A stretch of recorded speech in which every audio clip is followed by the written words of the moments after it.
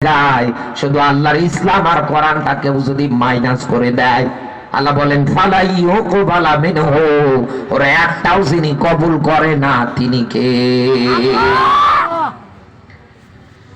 এইবার আপনি বাস্তবতায় আয়াতটাকে সামনে দাঁড় করান। আপনার সমাজ জীবনের ক্ষেত্রে আপনি তাকান, কোরআনের নিয়ম নীতি নেই। আপনার রাজনৈতিক জীবনের দিকে আপনি তাকান, কোরআনের কোন নিয়ম নীতি আপনি ওইভাবে মেনটেন করতে পারছেন না। এদেশের সংসদ চালানোর ক্ষেত্রে আপনি দেখেন কোরআনের বিধানগুলো কার্যকর হচ্ছে না। আপনি যেখানেই হাত দিচ্ছেন ওই জায়গার মধ্যে আল্লাহর ইসলাম মাইনাস। এই জন্যই তো তামাম বিশ্বে মাইর খায় মুসলমানেরা। কথা বলে রাসূল যখন বিদায় হজ্জের ভাষণ দিচ্ছিলেন, নবীদের সামনে যত সাহাবী উপস্থিত ছিলেন, রাসূল তাদের মধ্যে বলে গিয়েছেন, আমি তোমাদের মধ্যে দুইটা জিনিস রেখে যাচ্ছি। এক নম্বরে কিতাবুল্লাহ, তার মানে আল্লাহর এই কিতাব। পৃথিবীতে নবীজির আগে যত নবী রাসূল দুনিয়ায় এসেছিলেন, আমার আল্লাহ তাদেরকে যে মুজিজাগুলো দিয়েছেন, তারা মারা যাওয়ার পর পরে তাদের মুজিজাগুলো দুনিয়ায় স্থায়ী হয়নি। এক কথা বলে না কেন? কিন্তু আপনার আমার নবী যিনি, তার মুজিজা আল্লাহর এই কোরআন, একেবারে এখান থেকে শুরু করে কিয়ামতের আগ পর্যন্ত দুনিয়ায় থাকবে। এরপর পরে আপনার হাসরে মিজানে আপনি যেখানে যান না কেন, জান্নাতেও গেলেও একটা বিধান আছে, তার নাম কি?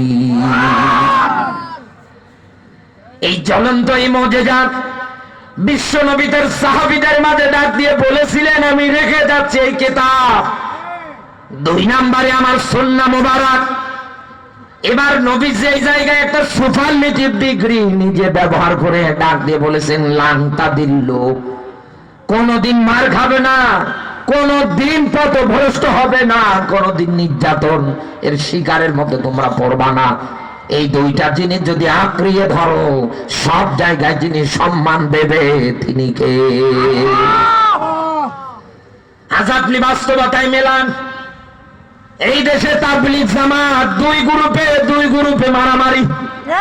কথা বলে এই দেশের মধ্যে আর অন্যান্য যারা আছে, হিসাব আপনি মিলিয়ে দেখেন, আল্লাহর কিতাব থেকে দূরে যাওয়ার কারণে এদেশে আজ নিজেরাই মারামারি করে মাথা ফাটাচ্ছে।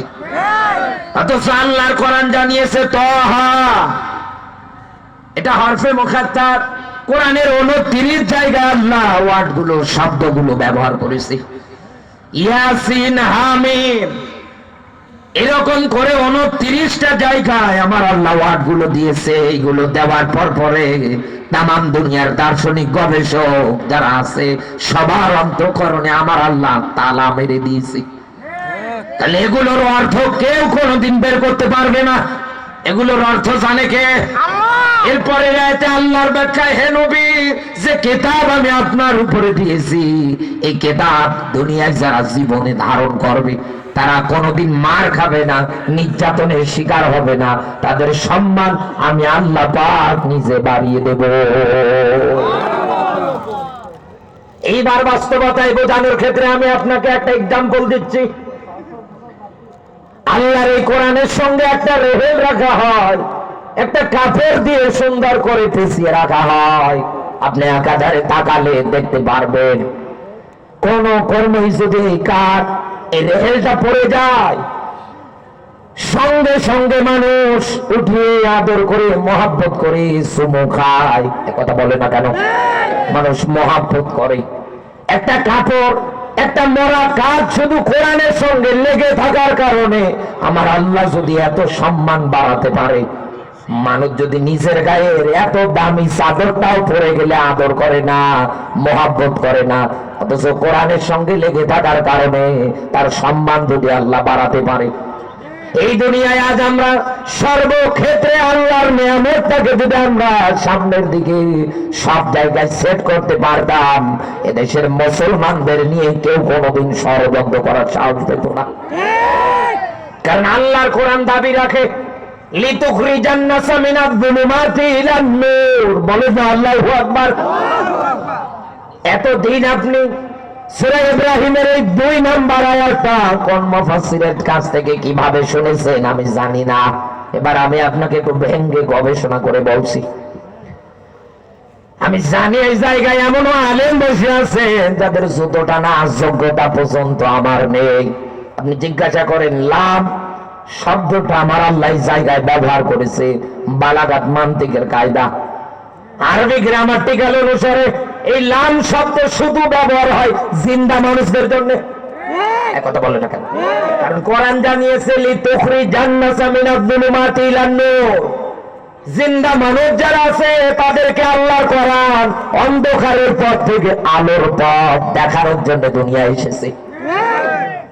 এই বাংলাদেশে বা সিস্টেম মেলান সারা জীবন দেখবেন কোরআনের বিরুদ্ধাচরণ করে রাজনীতি করে, কোরআন বিদায় করার স্লোগান দেয়, মঞ্চে উঠলে বলে হুজুর ধরো হুজুর মারো সকাল বিকাল নাস্তা করো। অথচ এই বেটা যখন মারা যায় এর লাশের পাশে পাশে পাশে কোরআন পড়া হয়। এগুলো তো সৈয়দপুরে হয় না। এই কাজের সঙ্গে যারা জড়িত আমি তাদের বলছি হুদাল্লিন নাস, এখানে হুদা বলতে আল্লাহ আসমানি কিতাব বুঝিয়েছে। কারণ এই জায়গায় গ্রাম্য মানুষ যারা বসে আছেন আপনার কাছে মনে হয় শুধু কোরআন শরীফ, শুধু কোরআন মাজিদ, অথচ আল্লাহ পুরো কোরআনের মধ্যে কোথাও কোরআনটাকে হুদা বলে সম্বোধন করেছি, কোথাও বলেছেন নূর, কোথাও বলেছেন শিফা, কোথাও আবার বলেছেন সংবিধান তথা ফুরকান। বলেন আল্লাহু আকবার। আল্লামা সৈয়দী রহমাতুল্লাহ আলাইহি 55টার অধিক নাম ব্যাখ্যা করেছে। আজ মানুষ শুধু কোরআনের বিধানগুলো নিয়ে গবেষণা না করার কারণে, চিন্তা ভাবনা না করার কারণে আজ মানুষ পিছনে পড়ে আছে। আজ আমাদের ব্যক্তি পরিবারগুলোর ক্ষেত্রেও তাকান, কোরআনের নিয়ম নীতিগুলো না নেওয়ার কারণে আজ আমরা নিজের সন্তানের হাতে পর্যন্ত মাইর খাচ্ছি। আমার বন্ধুরা, এখান থেকে আমি আপনাকে যে মেসেজটা দিতে চাচ্ছি, আল্লাহর কোরআন এসেছে জিন্দা মানুষ যারা আছে তাদেরকে অন্ধকারের পথ থেকে আলোর পথ দেখানোর জন্য। অথচ জিন্দা থাকাকালীন অবস্থায় কোরআন মানতে পারে না, যেই দিন মারা যায় ওর লাশের পাশে কোরআন পড়া হয়।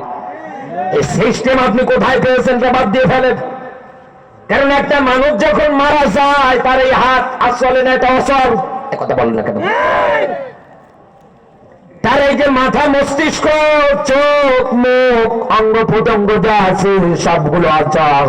এখন হয়তো আপনি বলবেন যে হুজুর একটা মানুষ যদিও মারা যায় তার 3টা আমলের দ্বার খোলা থাকে। 1 নম্বরে সাদকায়ে জারিয়া, যদি ভালো কোনো কাজ করে যায়, মসজিদ নির্মাণ করিয়েছে, মাদ্রাসা বানিয়েছে, একাধারে এরকম কোরআনের মাহফিলে আঞ্জাম দিয়েছে, এই মানুষটা যদি এইগুলোর সঙ্গে সম্পর্ক রাখে, তাই তিনি মারা গেলে তার জন্য তার সন্তানেরা কোরআন পড়বে। এতে আপনার অসুবিধাটা কোন জায়গায়?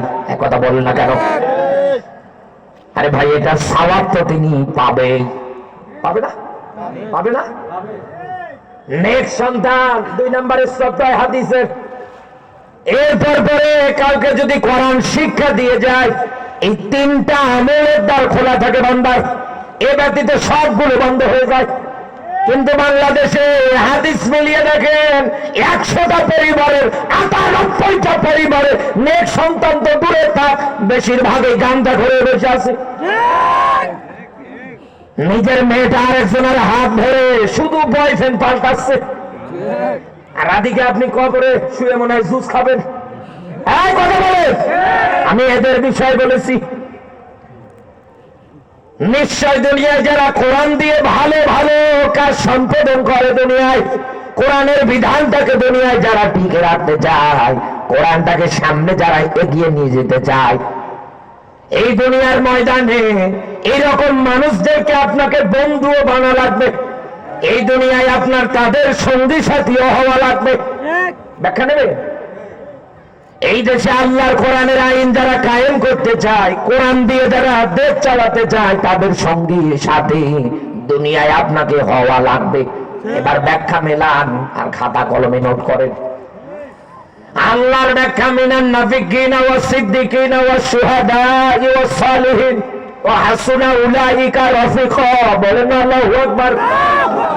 সূরা নিসা 4 নম্বর সূরা 5 নম্বর পারার 69 নম্বর আয়াত। এবার মেলা আল্লাহ বলেন উত্তম বন্ধু, উত্তম সঙ্গী তোর দুনিয়ায় 4 প্রকার মানুষ।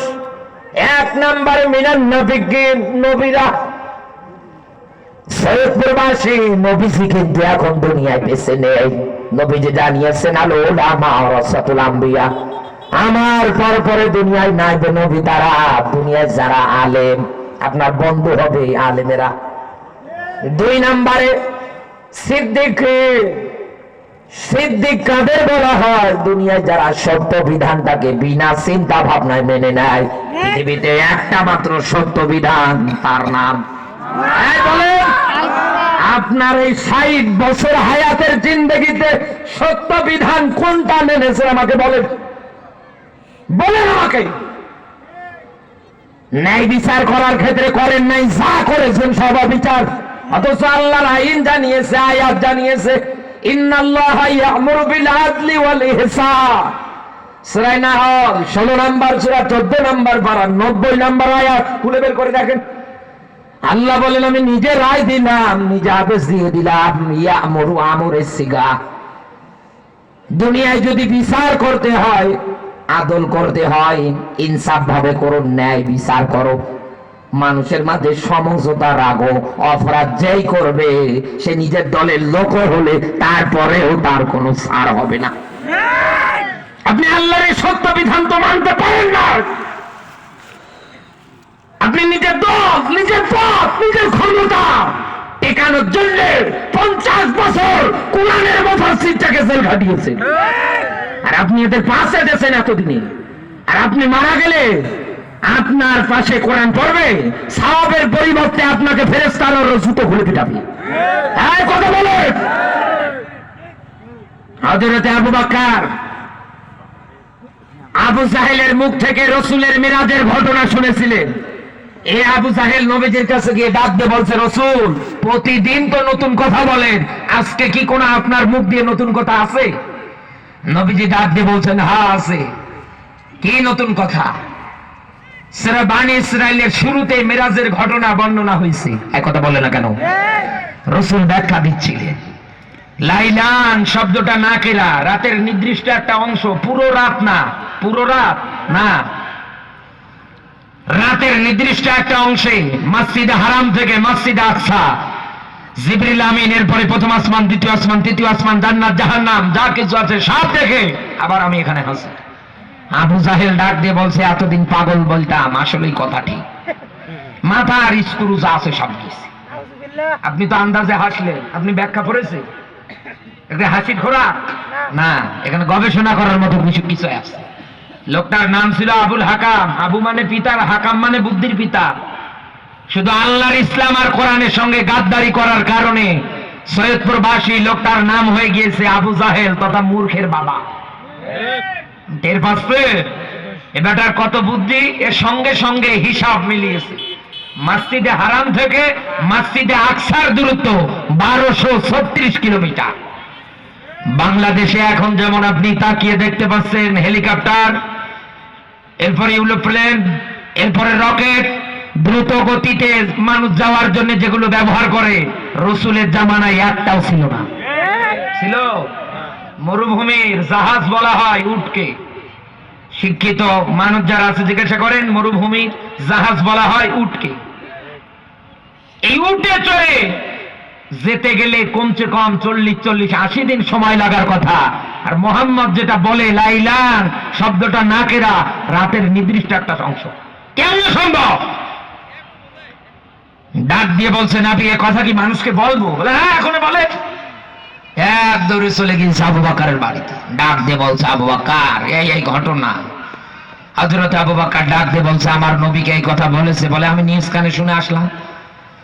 তিনি যদি এই কথা বলে, আমি আবু বকর আল্লাহর নামে শপথ করে বলছি তিনি সত্য কথা বলেছেন, তার মেরাজ সঠিক হয়েছে। বলেন আল্লাহু আকবার। এখান থেকে পয়েন্ট, দুনিয়ায় যারা সত্য জিনিসকে বিনা চিন্তা ভাবনায় মেনে নেয়, আত্মসমর্পণ করে, সারেন্ডার করে, এই দুনিয়ার ময়দানে তারাই হলো সিদ্দিক। আপনার বন্ধু হবে এরকম সিদ্দিক মানুষ।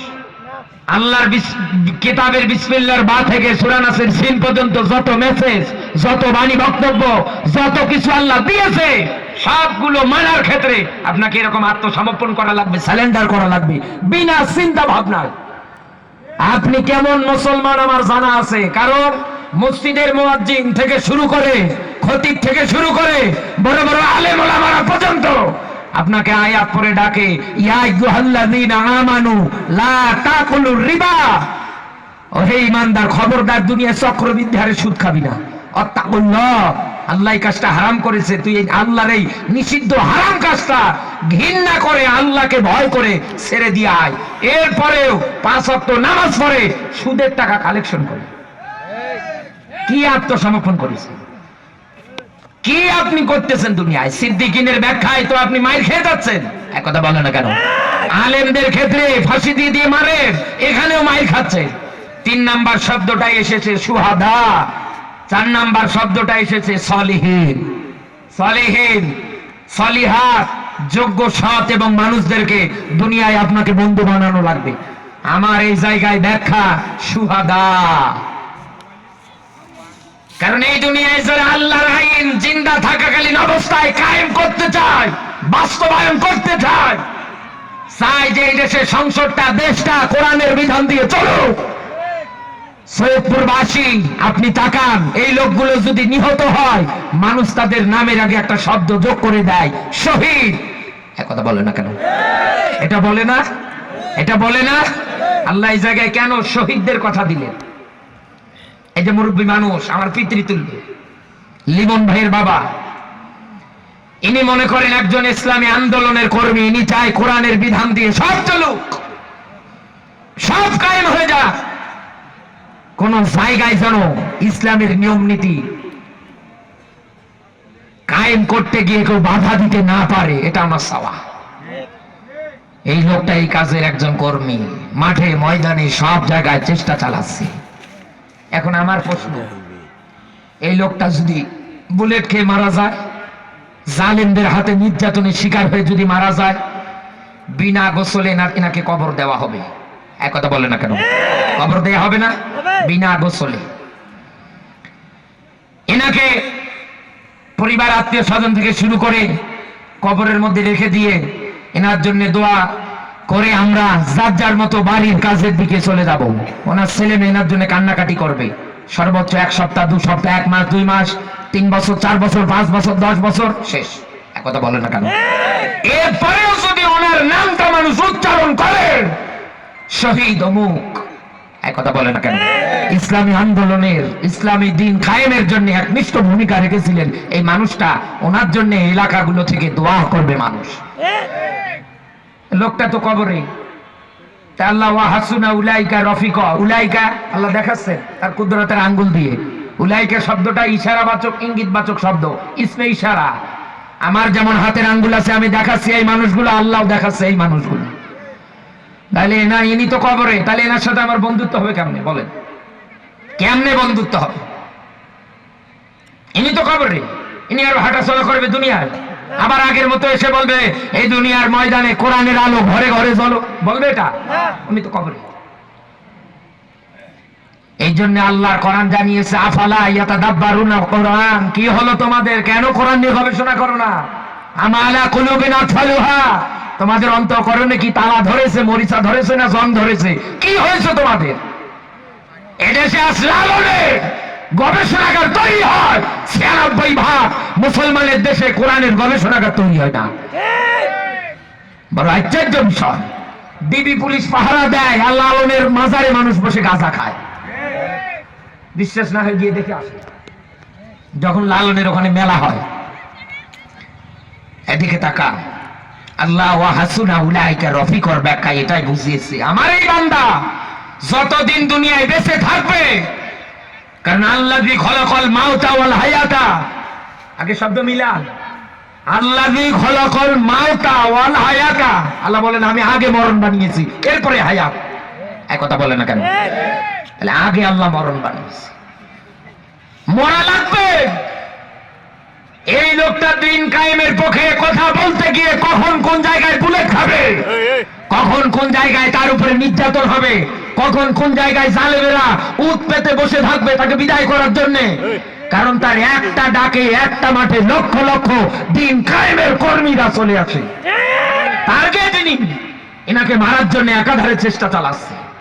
আল্লাহ বলেন বান্দা, এই দুনিয়ায় তুই যদি উত্তম বন্ধু কাউকে খুঁজে নিতে চাস তাহলে এই লোকটাকে বানা। এক কথা বলে না কেন? এই লোকটাকে তুই বন্ধু বানা, এই লোকটার সঙ্গে তোর হাঁটা চলা জান মাল দিয়ে এই লোকটার সঙ্গে তোর বন্ধুত্ব তৈরি কর। কিয়ামতে আল্লাহ ডাক দিয়ে বলবে, আজকে আমল নামাটা আমি আল্লাহ তোমার ডান হাতে দিয়ে দিলাম। কিয়ামতে আল্লাহ ডাক দিয়ে বলবে, বান্দা আজকে তোর কোনো হিসাব নেই, বিনা বিচারে বিনা হিসাবে আমি আল্লাহ জান্নাত দিয়ে দিলাম। এবার হাদিস দেখেন, একটা ফোঁটা রক্ত জমিনে পড়ার সঙ্গে সঙ্গে রাসূল বলেন জীবনের সব অপরাধ আল্লাহ মাফ করে দেয়। কবরে, মিজানে, হাসরে, ফুলসিরাতে কোনো জায়গায় কোনো পরেশানি নেই, বরং আল্লাহ অফার করে ডাক দিয়ে বলবেন, বান্দা দুনিয়ায় তোর স্ত্রীর মায়া ছিল, সন্তানাদির মায়া ছিল, মা বাবার মায়া ছিল, একটাও জালেমেরা তোকে আদায় করতে দেয়নি। অকারণে তোর জীবনটা ফাঁসি দিয়ে নষ্ট করে দিয়েছে, বুলেট চালিয়ে দুনিয়া থেকে বিদায় করেছে। আজকে তুমি আমার কাছে সুপারিশ করো, তোমার মা, তোমার বাবা, তোমার আত্মীয় স্বজন, এরকম আহার বর্ডার থেকে 70 জন মানুষের জন্য আমার কাছে সুপারিশ করো, আমি আল্লাহ গ্যারান্টি দিচ্ছি তোমার সুপারিশ আজকে কবুল হবে। এখন আপনার বন্ধুকে বলেন আল্লাহ, হ্যাঁ এইরকম লোক কি আপনার বন্ধু আছে? আরে ভাই, আল্লাহ তো বন্ধু, এটা মানুষের একেবারে কাছের। এক কথা বলে না কেন? তারপরে যে সেটা মেনটেন করতে বলেছে উত্তম সঙ্গীর ক্ষেত্রে, সেটা সুহাদা। তা আপনার দুনিয়ায় যদি বন্ধুত্ব তৈরি করতে হয়, এদেশে যারা কোরআনের রাজ কায়েম করতে চায়, ইসলামী আন্দোলন যারা করে, তাদের সঙ্গে আপনি বন্ধুত্ব তৈরি করেন। সিটার বাটপারের সঙ্গে বন্ধুত্ব তৈরি করেন, আর মারা গেলে ওর জন্য গিয়ে মেকি কান্না করেন কোরআন পড়ে পড়ে। আরে ভাই, পৃথিবীতে মরা মানুষের জন্য কোরআন না, কোরআন এসেছে জিন্দা মানুষগুলোকে অন্ধকারের পথ থেকে আলোর পথ দেখাতে। এখানে জুলুমাত, জুলুমাত শব্দটা ব্যবহার হয়েছে। এখানে যারা জ্ঞানী মানুষ বসে আছে জিজ্ঞাসা করেন, জুলুমাতের প্রধানত্ব দুইটা। কয়টা? বলেন বলেন। এক নাম্বারে, মানুষের এই মাথাটা একমাত্র নত হবে কার কাছে? আরো জোরে বলেন। এটার হক আল্লাহ বাদে আর কেউ কি আছে? তাকান সৈয়দপুরের কত জায়গায় অ্যাডাম বাবার মাজার বানিয়ে সিজদায় পড়ে আছে। তালা বাবা বলতে গেলে তো আপনি রাগ করেন। আপনি আসেন, কেমন বাপের বেটা প্রমাণ করে দেখান। যারা শিরকের গুনাহ করে, আল্লাহর অংশীদার সাব্যস্ত দুনিয়ায় যারা করে, আমার আল্লাহ এদের মাফ করে। দেখেন একটা ব্যাখ্যা, একটা হাদিস আপনি দেখেন, আসেন, বরং আমি আপনাকে ভরি ভরি ব্যাখ্যা দিয়ে যাব। আল্লাহ আপনার এই গুনাহ মাফ করবে না। এক কথা বলে না কেন? সূরা নিসার 48, 116 এরকম দুইটা আয়াতের ব্যাখ্যায় দেখেন, আল্লাহ বলেন শিরক ব্যতীত অন্যান্য গুনাহ আমি আল্লাহ ইচ্ছা করলেই মাফ করব, শিরকের মতো গুনাহ মাফ করব না। এবার হাফেজ আলেম যারা জিজ্ঞাসা করেন, সূরা মায়েদার 72 নম্বর আয়াতের ব্যাখ্যা, আল্লাহ বলেন এদের জন্য জান্নাত আমি আল্লাহ হারাম করে দিয়েছি। আল্লাহ যদি জান্নাত হারাম করে দেয়, এই অপরাধগুলো যদি ক্ষমা না করে, আপনি চিন্তা ভাবনা করে দেখেন তো, জাহান্নামে গিয়ে যাবেন কি? গিয়ে বসে আছে। এক কথা বলে না কেন? আল্লাহর এই আল্লাহর কাছে এই মাথাটা একমাত্র শুধু নত হবে। কারণ আল্লাহর ব্যাখ্যা, ওয়াসজুদ ওয়াকতারিব, বান্দা তুই যদি আমার নিকটবর্তী হতে চাস, আমাকে সিজদা কর। আজ আল্লাহকে আমরা সিজদা করি না। এই অধিকার হরণ করে যারা অন্য কোথাও দেয়, আল্লাহ বলেন দুনিয়ায় এরা জুলুম করে। আর কোরআন এসেছে এই মানুষগুলোকে, এই পথটাকে ফিরিয়ে একমাত্র দুনিয়ায় সর্বক্ষেত্রে মাথাটা নত করার দিক দিয়ে করা লাগবে কার কাছে? আল্লাহ। আরো জোরে বলে আল্লাহ। কারণ পৃথিবীতে আল্লাহর যত সৃষ্টি, মানুষ বাদ দিয়ে আল্লাহর যত সৃষ্টি, তারা যখন খাবার খায়, মুরগি, হাঁস, কবুতর, গরু, ছাগল, উট, দুম্বা, ভেড়া, দেখবেন খাবারের সঙ্গে মুখ লাগিয়ে। এক কথা বলেন কেন? একমাত্র মানুষ শুধু মাথাটা উঁচু করে থাকে, হাত দিয়ে সুন্দর করে নিয়ে মুখে খাবারটা ওঠায়। আল্লাহ বলেন বান্দা, রিজিকের সামনে তোর মাথা নত হবে না, তোর মাথা নত তো হবে রাজ্জাকের সামনে। রাজ্জাক কার নাম? আরো জোরে বলেন। আপনারা কি বিরক্ত হন? রাজ্জাক কার নাম? মাথাটা নত হবে তার কাছে।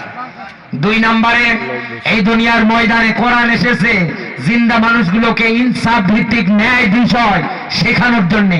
অপরাধ যেই করবে সাজা শাস্তি তার হবে। কিন্তু বাংলাদেশে আমরা তাকিয়ে যেটা এই 16-17 বছরে দেখলাম, কোরআনের বিচার, কোরআনের বিধান দিয়ে ইনসাফ না থাকার কারণে আমাদের বিচার ব্যবস্থা হয়ে গিয়েছে এরকম। 3টা শহর এলাকায় ধরা পড়েছে,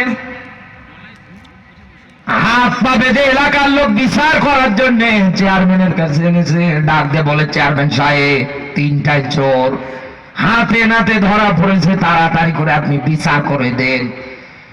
ডাক দিয়ে বলছে, দাঁড়া দেখি রাতের বেলা কারা এই চোরগুলো। টর্চ লাইট মেরে তাকিয়ে দেখছে একটা ওর মামাতো ভাই, একটা খালাতো ভাই, আর একটা ফুফাতো ভাই। তো দেখার পর পরই চিনে ফেলেছে।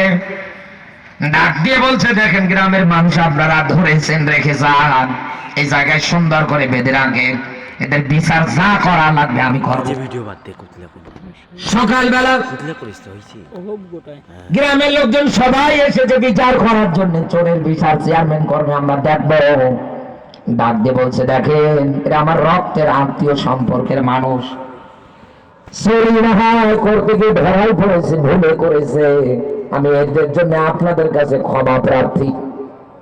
তবে আপনাদের কথা দিচ্ছি, আমি চেয়ারম্যান, নরবর চেয়ারম্যান না, এদের অতি শাস্তি আমি দেবই। আপনারা চলে যাও, এদের বিচারটা আমি গোপনে করব। এলাকার লোকজন ডাক দিয়ে বলছে, গোপনে বিচার করবে চেয়ারম্যান, না জানে এদের কোন অপরাধের শাস্তি দেবে। লোকজন চলে গিয়েছেন, 3জনকে ডাক দিয়ে বলছে, শোন, চুরি যেহেতু করেছিস, কোনো না কোনো বিচার তো দেখানোই লাগবে। তবে তোদের বিচারের রায় আমি দেবো, তবে ডাইরেক্ট দেবো না। তোরা 3জনে আমার জন্য 3টা খাবার মতো জিনিস আনবি। একজন একটা আম এনেছে রাজশাহী থেকে, আরেকজন একটা আপেল এনেছে। আমার পর প্রথম ব্যক্তিটা চেয়ারম্যানের হাতে যখন আম দিয়েছে, ডাকতে বলে, না না আম। আম খাওয়ার পরে তাকিয়ে দেখছে একটা বিসি, একটা আঠি। ডাকতে বলছে, তোর 1 মাসের জেল। এটা লিখিত হয়ে গেল, তোর 1 মাসের জেল। আরেকজন আপেল খেয়েছে, খাওয়ার পরে তাকিয়ে দেখছে আপেলের মধ্যে 4টা বিসি। ডাকতে বলছে, তোর 4 মাস। দুইজনের গালা ধরে কান্নাকাটি শুরু করে দিয়েছে। ডাকতে বলছে, আমি চেয়ারম্যান, বিচার করলাম, তোদের বিচারটা কি পছন্দ হয় না? মানে আপনার কি চোখ আছে? পছন্দ হবে কোন কায়দায়? আমি একটা আম এনেছি, আপনি একটা আঠি দেওয়ার পরে 1 মাসের জেল দিয়েছেন। আর বেটা আপেল এনেছে, 4টা বিসি পেয়েছেন, এর জন্য 4 মাস। পরে রেস্টপিতে তরমুজ মাথায় নিয়ে দাঁড়িয়ে আছে, আপনি কি ওর দিকে একবারও তাকান না? এই তরমুজ খাওয়ার পরে আপনি তো বিসি গুণে ফেল পাবেন না। এটা কিয়ামত পর্যন্ত যদি হায়াত পায়, তো কিয়ামত পর্যন্ত জেলে থাকবে, আর বের হতে পারবে না। একথা বলে না করে এই বাংলাদেশে এইরকম বিচার ব্যবস্থা আমরা তাকিয়ে একাধারে দেখেছি, কোন ইনসাফ, কোন ন্যায় ভিত্তিক ছিল না। স্যার যেরকম মন চেয়েছে ওইভাবে রায় দিয়েছে। চোর আসামিরা ধরা পড়ে, ধর্ষণকারীরা ধরা পড়েছে। এমপির লোক, মন্ত্রীর লোক, চেয়ারম্যানের লোক একবারে ফোন করে ডাক দিয়ে বলছে, থানার দারোগা বাবু, এটা আমার লোক, তাড়াতাড়ি ওর ছেড়ে দেন। শেষে বাধ্য হয়ে ছেড়ে দেয়। আর গ্রাম্য একটা মেয়েকে ধর্ষণ করেছে, ধর্ষণের মামলার বিচার আর হয় না। আল্লাহর কোরআন এসেছে সব বৈষম্য গুলোকে দূর করে এই দুনিয়ার ময়দানে এরকম ইনসাফ ভিত্তিক বিচার ব্যবস্থা কায়েম করার জন্য। আর এই পক্ষে যারা ভূমিকা রাখবে তারাই হলো মানুষেরা। কারণ একটা মানুষ যখন মারা যায়, তার সব কিছু শেষ হয়ে যায়। তাকে আর আপনি মাঠে ময়দানে কোরআন বিচার আন্দোলনের কোন পথের মধ্যে আপনি পাবেন না। পাবেন নাকি? পাবেন। কিন্তু আমাদের অবস্থা বড় উল্টো পাল্টা। জীবন জিন্দিগিটা আমরা উল্টা পাল্টা ভাবে সাজিয়েছি। এত কায়দায় ডাকাডাকি, এত কায়দায় কোরআনের মাহফিল থেকে আয়োজন করে ডাকাডাকি করা হয়, তারপরেও দেখবেন মানুষদের মধ্যে হেদায়েতের গোষ্ঠী নেই। এই যে এখানে মাহফিল আসার সময় একটা দেখে এসেছি, এখান থেকে আপনার 1 কিলোমিটারে হবে না আরেকটা মাহফিল হচ্ছে। এরকম 64টা জেলায় আপনি দৃষ্টি দিয়ে তাকিয়ে দেখেন, একদিনে কমসে কম 1000-এর উপরে মাহফিল হয়। বক্তারা আসে, মানুষও হচ্ছে লাখে লাখে। যারা ভাইরাল পার্সন আছে, মুক্তি আমির হামজা ভাই থেকে শুরু করে এরকম 8টা মাঠ দিয়েও জায়গা দেওয়া যেত না। এত কোরআনের মাহফিল, এত আয়োজন, তারপরে মানুষদের মাঝে কোনো পরিবর্তন কোনোভাবেই দেখানো যাচ্ছে না। না সুদ থেকে, না জুলুম থেকে, কোনো কিছু থেকেই আপনি কোনো পরিবর্তন কোনোভাবে দেখতে পারছেন না। এর পিছনে কারণ আছে না নেই? আরো জোরে বলেন। কোরআনে কারীম জানিয়েছেন, আল্লাযীনা কাফারু সাওয়াউন আলাইহিম আ'আনযারতাহুম আম লাম তুনযিরহুম। বলেন আল্লাহু আকবার। সূরা বাকারা 2 নম্বর সূরা, 1 নম্বর পারার 1 নম্বর রুকু 6 নম্বর আয়াত এবার বাস্তবে মিলান। আল্লাহ বলেন, ইন্না, নিশ্চয়, আল্লাযী, অতঃপর যারা, কাফারু, যারা কাফের।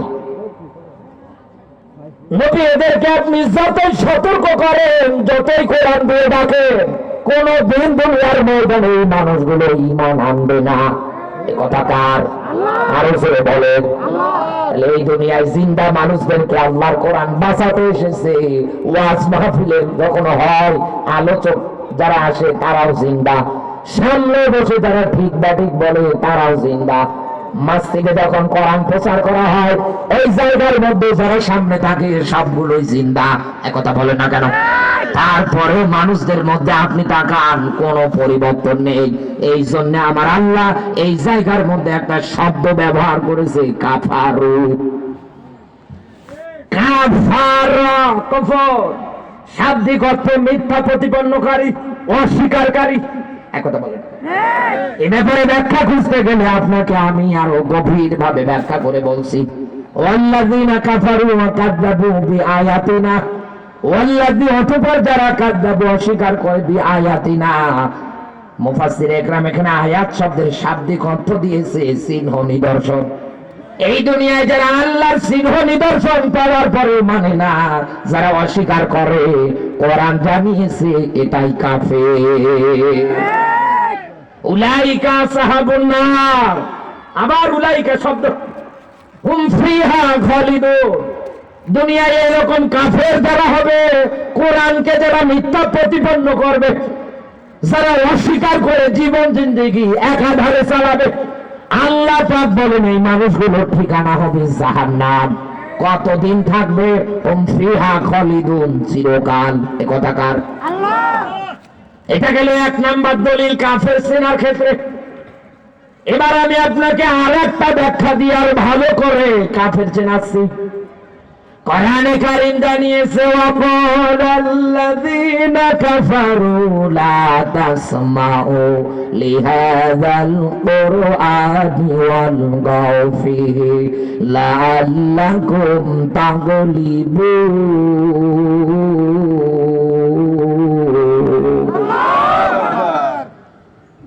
প্রথম নাম্বার দলিলটা নোট করতেছেন তো? সূরা বাকারা 2 নাম্বার সূরা 1 নাম্বার পারা, এটা পাবেন আপনি 4 নাম্বার পৃষ্ঠা, 4 নাম্বার উপর 39 নাম্বার আয়াত।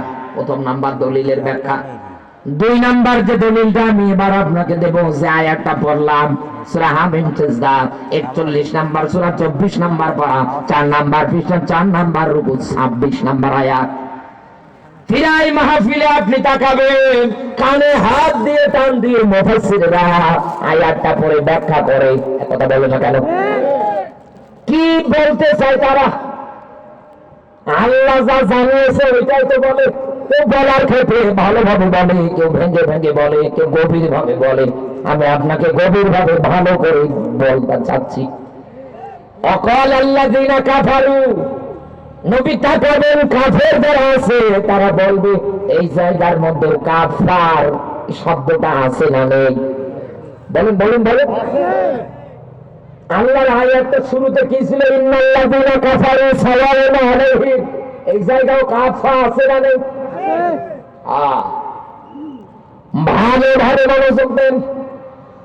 আল্লাহ ডাক দিয়ে বলছে, হ্যাঁ নবী, এরকম কাফের যারা আছে তাদের স্বভাব আপনি একাধারে তাকিয়ে দেখবেন, ওদের মকসিত বাণী হবে লা তাসমাউ লিহাযাল কুরআন। সৎ স্বরূপ আব্দুল্লাহর বেটা মোহাম্মদ কোন জায়গায় যেন কোরআন প্রচার করতে না পারে। কেন? আপনারা শব্দ মিলেন না আল্লাহ খুন পাগলিব। এই দুনিয়ায় তোমরা যদি গালেব হতে চাও, বিজয়ী হতে চাও, সমাজের রাষ্ট্রে যে চেয়ার গুলো ধরে বসে আছো ওই জায়গাগুলোতে যদি টিকতে চাও, তোমরা যদি মনে করো আমাদের নেতৃত্বটা দীর্ঘই আমরা করতে চাই, স্থায়ী করতে চাই, তাহলে আব্দুল্লাহর বেটা মোহাম্মদ সাল্লাল্লাহু আলাইহি ওয়াসাল্লাম যেখানেই কোরআন পড়বে ওই জায়গায় গিয়ে হট্টগোল বাজাও, ওই জায়গায় গিয়ে মারামারি বাজাও, ওই জায়গায় গিয়ে তোমরা ফিতনা ফাসাদ তৈরি করো। এক কথা বলে না কেন? আর একটা পয়েন্ট এখানে অপূর্ণাঙ্গ থেকে যায় যদি না বলি। ইবনে কাসিরের ব্যাখ্যায় আমি যেটা পড়েছি, ছোট্ট মেধা দিয়ে যতটুকু গবেষণা করে দেখেছি, কাফেরেরা কোরআন শোনা থেকে মানুষদেরকে দূরে রাখার জন্য ওরা চেষ্টা চালিয়েছে একাধারে। আব্দুল্লাহর বেটা মুহাম্মদ সাল্লাল্লাহু আলাইহি ওয়াসাল্লাম যেখানেই কোরআন বলবে তার পাশাপাশি ঢোল তবলা গান বাজনার আয়োজন তোমরা চালাবা। মানুষ যেন কোরআন শোনা বাদ দিয়ে গান বাজনার দিকে ধাবিত হয়। এক কথা বলে না কেন? বাংলাদেশে এবার আপনি এই পয়েন্টটা মিলান, সূরা লুকমানের 6 নম্বর আয়াতের ব্যাখ্যা মিলান। আল্লাহর ব্যাখ্যা আমিনান নাসি, মানুষদের ভিতরে এমন একদল মানুষ আছে যারা টাকা পয়সা গুলোকে এক জায়গায় করে গান বাজনা ক্রয় করে, আর আল্লাহর ব্যাখ্যায় গান বাজনা গুলো তাদেরকে হেদায়েতের পথ থেকে দূরে ঠেলে নিয়ে যায়। 5 ওয়াক্ত নামাজ পড়ে, এরপরে আয়ুব বছর গান শোনে। কথা বলে কত শিল্পী তাদের ফেভারে। এখানে যুবক যারা বসে আছে মোবাইল চেক করে দেখুন, ডাটা কানেকশন দিয়ে ইউটিউবের থেকে ডাউনলোড পর্যন্ত করে রেখেছে মোবাইলে। কত হিন্দি গানের ফিল্ম গুলো একাধারে দেখছে। মানুষদেরকে কোরআনের পথ থেকে দূরে নিয়ে যাওয়ার জন্য ওই সময় কাফেররা ব্যবহার করত এইটা বাদ্যযন্ত্র, গান বাজনা, কারণ এগুলোর প্রতি মানুষের আকর্ষণ বেশি। একথা বলে না কেন? এত টাকা খরচ করে মাহফিলের আয়োজন করেছে এই জায়গায়, মানুষ গুনে দেখেন শুরু থেকে শেষ পর্যন্ত কমসে কম 1000-1200 মানুষ এই জায়গায় উপস্থিত, এর বেশি হবে না। অথচ এই জায়গায় যদি লিমন ভাই পরিমনির মতো ম্যাডামকে নিয়ে আসে নাচাতো, জায়গাটা হচ্ছে তো। বাস্তবতায় মেলান, মানুষ কোরআন শোনার দিকে ঝোঁক বেশি রেখেছে না গান বাজনায়? হ্যাঁ বলেন, কাফেরের একটা হাতিয়ার হিসাবে নিয়েছে। আল্লাহর ব্যাখ্যা ফাকাদ দাল্লা দালালাম বাগীদা, এই গান বাজনা টাকা পয়সা দিয়ে যারা ক্রয় করে নিয়ে একাধারে এগুলোর পিছনে শ্রম দেয়, এগুলোর পিছনে যারা দৌড়ায়, আল্লাহর ব্যাখ্যা এই কারণে আমি যদি তাদের একবার পথ হারা করে দেই, পথ ভ্রষ্ট করে দেই, আল্লাহ পাক বলেন কে আছে তাদের আর পথ দেখাবে? আর কেউ আছে? রাস্তা দেখানোর দায়িত্ব কার? আরো জোরে বলে। কাফেরেরা এটা ব্যবহার করত, আর এখন মুসলমানদের ঘরে ঘরে পকেটে পকেটে। একথা বলে না কেন? মোবাইল নিয়ে পকেটে নামাজে গিয়েছে, মোবাইলটা উল্টা পাল্টা এদিকে সেজদায় পড়ে আছে। সরে বলেন সুবহানাল্লাহ। আপনি কোন বিষয় মিলিয়ে দেখেন তো, কোন কায়দায় কোন কিছু আপনি ভালোভাবে নিতে পারছেন না, তো এই দায়িত্বটা কি আসবে কেমন করে? আপনি কেমনে দেখবেন এই সমাজটা ভালো হয়ে গিয়েছে? বাংলার মুসলমান যারা বসে আছেন, এখান থেকে আমি আপনাকে যে পয়েন্টটা বোঝাতে চাচ্ছি, ওই সময়ের কাফের যারা, এই আয়াতের মেইন বক্তব্য অধিকাংশ মুফাসসিরদের এই জায়গার মধ্যে কোরআনে বাধা দেওয়ার ক্ষেত্রে নবীজির সময়ে যার নামটা বেশি বারবার ব্যবহার হয়েছে তার নাম হচ্ছে আবু জাহেল। কি নাম? আবু জাহেল। বলে মাস্টার মাইন্ড আবু জাহেলের নামটা বারবার আয়াতের ব্যাখ্যার মধ্যে এসেছে। একাধারে ও দলের কর্মীদের এই কথাগুলো বলতো। তো বাংলার মুসলমান যারা আছেন, এবার বাস্তবে মেলান, আবু জাহেল কিন্তু মুসলমান না। মুসলমান মুসলমান রাসূল দাওয়াত দেয় কালেমা পড়ার, ডাক দিয়ে বলে ভাতিজা শুধু আমি না, তোমার চাচি সহকারে ইসলাম গ্রহণ করবো। এদিকে মারার পর্যন্ত প্ল্যান পরিকল্পনা একাধারে তৈরি করছি, কেমন করে হত্যা করা যায়। কারণ এনাকে হত্যা করতে পারলে, কোরআনে বাধা দিতে পারলে আমি সমাজে গালেব হতে পারবো, আমি টিকতে পারবো। একাধারে আবু জাহেলের এই প্রচেষ্টা রাসূল দাওয়াত দেয়, বলে এখন না, সময় হোক। একাধারে চেষ্টা চালিয়েছে রাসূলের বিরুদ্ধাচারণ করার ক্ষেত্রে, এই জন্য তার নামটা বারবার এসেছে। এখান থেকে এটাই প্রমাণিত, আবু জাহেল কিন্তু মুসলমান না। এক বাক্যে সবাই বলে দেবে আবু জাহেল কাফের। এতে কারো কোনো দ্বিমত আছে? কোনো সন্দেহ আছে? কোনো অবকাশ আছে? কোনোভাবে নেই। এখন আপনার ঠান্ডা মস্তিষ্কে জিজ্ঞাসা করেন, আবু জাহেল না হয় কাফের, এই কারণে রাসূলের কোরআন প্রচার প্রসারণায় বাধা দিয়েছে, এটা মেনে নেওয়া যায়? অত না বুঝে ক্ষমতা টেকানোর জন্য বাধা দিয়েছে। 82 বার ডাইরেক্ট ইন্টারে রাসূলকে মারার পরিকল্পনা করেছে, তার সাহাবী যারা আছে তাদের উপরে নির্যাতন করেছে। সুমাইয়ার মতো মানুষের লজ্জাস্থানে আবু জাহেল বর্ষা মেরে মেরে দুনিয়ার থেকে বিদায় করেছে। এ বেটা না হয় কাফের ছিল, তো মুসলমান ছিল না। এই জন্য তার দ্বারা এরকম কর্মকাণ্ড একাধারে ঘটিত হয়ে গিয়েছে, যেটা এখন আমরা ধারাবাহিক ভাবে ইতিহাসের মধ্যে জানতে পারছি। কিন্তু আমার প্রশ্ন, এই বাংলাদেশে 5ই আগস্টের আগে এইরকম আপনি কোরআনের মাহফিলের আয়োজন যদি করতে যেতেন, আপনাকে যাওয়া লাগতো থানায়। কথা বলে না কেন? ওখান থেকে চেয়ারম্যান, মেম্বার, এদের নাম যদি আপনি পোস্টারে না দিতেন, আপনার মাহফিলের গোষ্ঠী উড়িয়ে দিত। আমার দলের লোকেরা পোস্টারে নাম নেই, আর বেটা তোরা মাহফিল করবি, কোন বক্তার দাওয়াত দিয়েছ? আলমগীর হোসেন বিপ্লবী। বলে তোরা রাজাকার। জন্মই হয়নি ওই সময়ে, বলতেই পারি না, তাও রাজাকার। দেখো এর নামটা থানার মধ্যে নিষিদ্ধ তালিকায় আছে কিনা। জলঢাকায় মাহফিল করতে গেলাম, যিনি দাওয়াত দিয়েছে 4 দিন ব্যাপী মাহফিল, মৌলবীর ডাঙ্গা না মৌলবীর বাজার বলে, আমি জায়গায় মাহফিলে গিয়েছি, যিনি দাওয়াত দিয়েছে চাচা আমার ডাক দিয়ে বলছে, বাবা কথাবার্তা গুলো একটু অ্যাঙ্গেলে বলো। কেন? বলে 7 দিন ব্যাপী মাহফিলের আয়োজন করতে গিয়ে থানাতে পারমিশন নিতে গিয়ে 3 দিনের বক্তার নামে কোনো কমপ্লেইন নেই, কিন্তু তোমার নামে কমপ্লেইন। বলে দেখে এদেশে কোরআনের মাহফিলে কোরআন প্রচার করার ক্ষেত্রে বাধার তালিকায় 1 নম্বরে আশরাফুল ইসলাম বিপ্লবী, 2 নম্বরে আলমগীর হোসেন বিপ্লবী, 3 নম্বরে আবু বকর সিদ্দিক সালিহি। নীলফামারী জেলার আলোচক যারা আছে, হক কথা যারা বলে, এনাদের নামগুলো আগে দিয়ে আমির হামজা, তারেক মনোয়ার, এনাদের প্রবেশ নিষেধ। কত চেষ্টার পরে তোকে এই জায়গায় আমি এনেছি, তুই আমার মান সম্মানটা রাখ। এখানে বসে যদি তুই ওই ময়দানগুলোর মতোই কথা বলিস, তাহলে তো আমার বাড়ি থাকা হবে না। চিন্তা করলাম আল্লাহ কোন যন্ত্রণা। ডাক দিয়ে বললাম, চাচা কোনো চিন্তা করবেন না, নাই হবে যায় গেলে। ও চাচা বুঝলেও 17, না বুঝলেও 17। পাশে বসিয়ে 1.5 ঘন্টা কথা বলেছি, শেষে বলছে, বাবা অনেক সুন্দর ওয়াজ হয়েছে। বাস্তবতায় আপনি মেলান তো বন্ধু, শুধু একজন আলমগীর হোসেন মাহফিলের বাধাতে এরকম না, খ্যাতনামা বড় বড় আলেম যারা আছে তাদের সবার গুলোতে বাধা দিত, তাদের কাছে অনুমতি চাওয়ার জন্য যাওয়া লাগতো। একথা বলে না কেন? ওরা যতক্ষণ না অনুমতি না দেবে ডিসি থেকে, ইউনো থেকে, ততক্ষণ মাহফিল করতে পারবেন না। একেবারে আপনি এই মেম্বার, চেয়ারম্যান, চৌকিদার থেকে শুরু করে একেবারে ডিসি, ইউনো, টিউনো পর্যন্ত যান, একটাও কিন্তু হিন্দু না।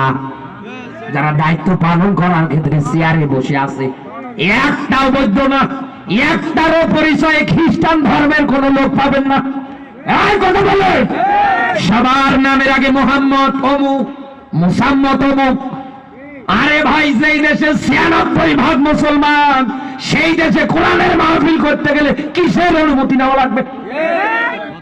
কেন আপনার কাছে আমি অনুমতি চাইতে যাব? কেন আপনার নাম আমি পোস্টারে দেব? আপনি তো সূরা ফাতিহায় পড়তে পারেন না, আপনি আয়াতের তো একটা ব্যাখ্যাই বোঝেন না। এক কথা বলে না কেন? এরপরেও আপনার পা ধরা লাগতো, এরপরেও আপনার পিছনে টাকা পয়সা খরচ করে একটা মাহফিলের আয়োজন করার ক্ষেত্রে অনুমতি নেওয়া লাগতো। আবু জাহেল যদি কোরআন প্রসারণায় বাধা দেওয়ার কারণে কাফের হয়, এই দেশে মুসলমান পরিচয় দিয়েও এতদিনে যারা আলেমদেরকে স্টেজে উঠতে দেয় নাই, কোরআনের মাহফিল যারা বন্ধ করেছে, আবু জাহেল যা এই দুনিয়ায় এরাও তা। এই জন্য তো আপনি দুনিয়ায় হেদায়েতটা দেখতে পান না। একথা বলে না কেন? বাস্তব ব্যাখ্যায় কিন্তু দেখেন একেবারে খাপের খাপ মুমতাজের বাপ মিলে দেখ। একথা বলে না কেন? বাংলাদেশে এখন আপনি তাকিয়ে দেখেন, কাফেরেরা পালিয়েছে, আরো কত কাফেরেরা একাধারে চেয়ারের জন্য দৌড়াচ্ছে। আরে ভাই, চেয়ার নেওয়া লাগতো কেন আপনাকে? চেয়ার আপনাকে খুঁজে নেবেন। একথা বলেন কেন? এই দুনিয়ার ময়দানে আপনি আল্লাহর বিধান দিয়ে জীবনটা গড়া। আরে এদের মুখে আবার বক্তব্য শুনবেন, হুজুরদের কেন রাজনীতি করা লাগে? একথা বলেন কেন? হুজুরদের কেন চেয়ারে বসা লাগবে? হুজুররা মসজিদে নামাজ পড়াবে, 5,000 টাকা বেতন পাবে। আমার বক্তৃতায় কি রাগ হচ্ছে ভাই? মন্ডন খারাপ হচ্ছে মনে হয়। এনারা 5 ওয়াক্ত নামাজ আদায় করে 5,000 টাকা পাবে, 7,000, 10,000, 15,000, 20,000 বউ বাচ্চা নিয়ে আরামে দিন পার করবে। এদের কেন আবার চেয়ারে দেওয়া লাগবে? এদের কেন দুনিয়ায় কোরআন বিজয়ের আন্দোলন করা লাগবে? তোর বক্তব্য পড়া, খানকায় পড়ে থাক, হু হু একথা বলবেন, এগুলো নিয়ে পড়ে থাক। কেন তাদের মিছিল মিটিং সমাবেশে যাওয়া লাগবে?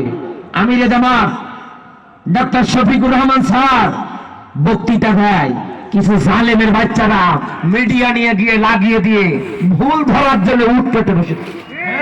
কথা বলে না কেন? সাতক্ষীরায় এক বক্তৃতায় বলেছে, জামাত ইসলাম কোন মা বোনকে জোর করে বোরকা পরাতে যাবে না। ঠিকই তো বলেছে। ফাযাক্কিরিন নামা আনতা মুযাক্কির লাস্তা আলাইহিম বিমুসাইতির।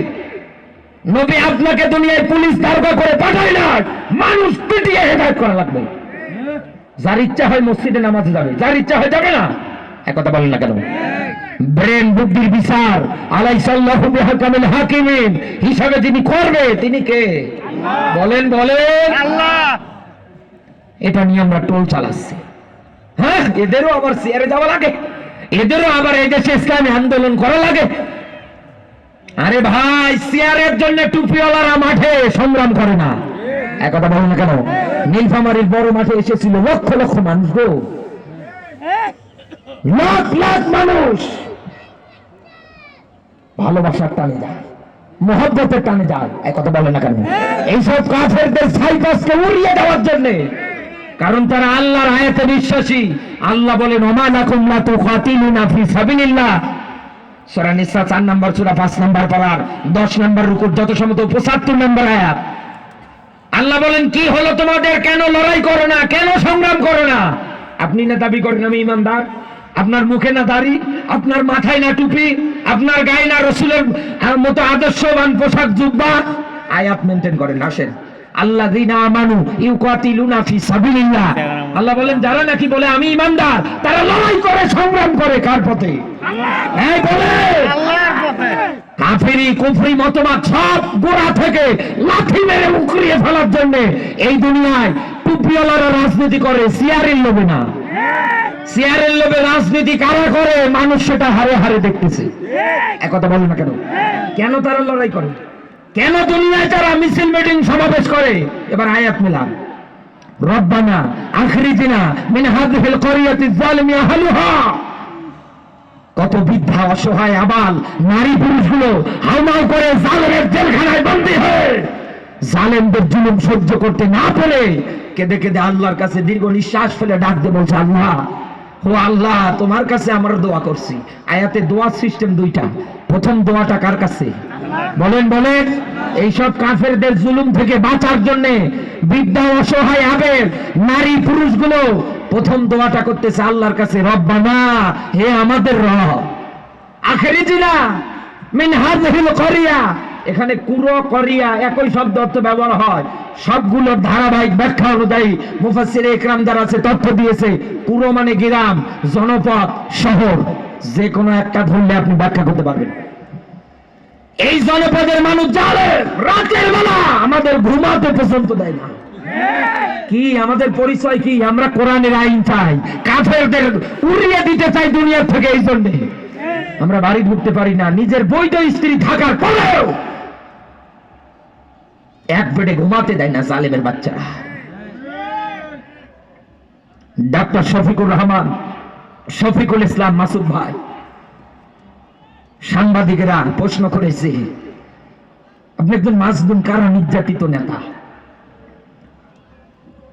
আপনার উপরে এত জুলুম এত নির্যাতন হয়েছে। বলছে হ্যাঁ, আমাকে যখন গ্রেফতার করেছিল একবার আমার উপরে নির্যাতন চালিয়েছে। শুধু আমার উপরে না, আমার স্ত্রী ওই সময় গর্ভবতী ছিল, পেটে বাচ্চা।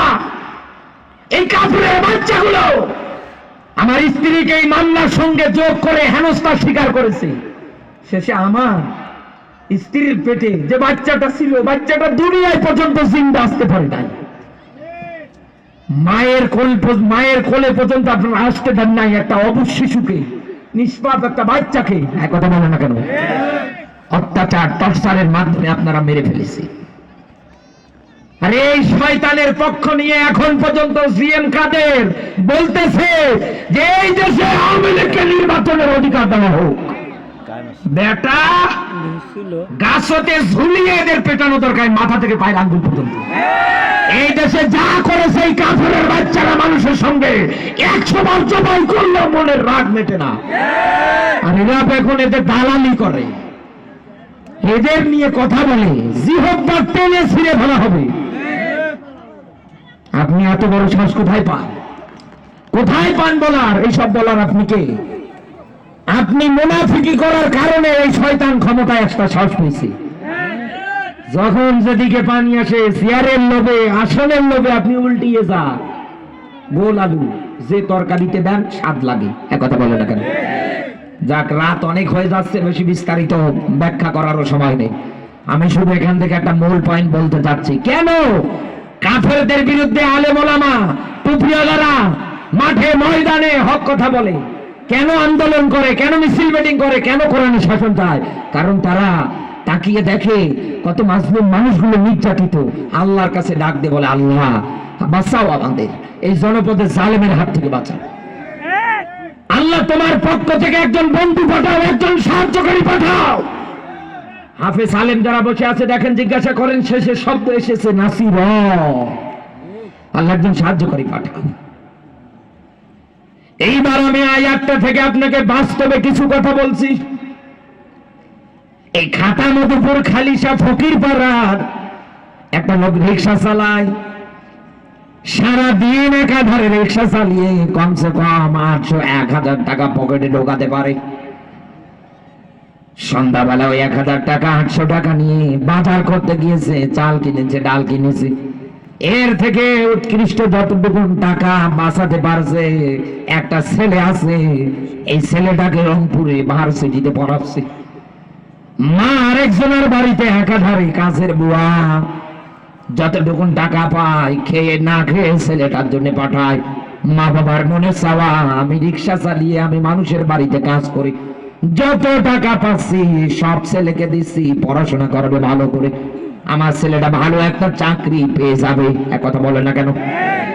মা বাবার কষ্টের ফসল নিয়ে, পুঁজি নিয়ে ছেলেটা একাধারে মা বাবার মুখের দিকে তাকিয়ে পড়াশোনা অনার্স মাস্টার সব কমপ্লিট করে চাকরির ভাইবার জন্য গিয়েছে। ভাইবা বোর্ডে যারা বসে আছে ওরা ডাক দিয়ে বলছে, দেখি তোমার কাগজপাতি, তোমার বায়োডাটা দেখি, যা দেয়া দরকার সব দিয়েছে। ওরা দেখার পরে তাকিয়ে দেখছে সুন্দর রেজাল্ট, এত সুন্দর রেজাল্ট করেছে ছেলেটা, চাকরিটা পাওয়ার জন্য যোগ্য। কিন্তু আমাদের সমাজে আমরা জানি টেবিল দিয়ে ঘুষ নামক জীবন ব্যবস্থা চালু আছে। একথা বলে না কেন? গরিব মানুষেরা এলাকার মধ্যে মেয়ে বিয়ে দিতে পারে না, ধনী লোকদের কাছে যায়, হাত পাতে 50,000 টাকা দেন, 1 লক্ষ টাকা দেন, মেয়েটাকে বিয়ে দেব। ধনী মানুষ ডাক দিয়ে বলে, আমরা দেব না, 1 লাখ টাকা যদি নাও, 1 মাসে 1 লাখ টাকার ঋণ তোমার দাঁড়াবে 1,10,000, 1,20,000 টাকা, তার নাম সুদ। কথা বলে না? মেয়ের বিয়ে দিতে উপায় না পেয়ে টাকাটা নিয়ে চলে আসে, মেয়েটাকে বিয়ে দিয়ে দেয়, বাধ্য হয়ে ঋণ আর শোধ করতে পারে না।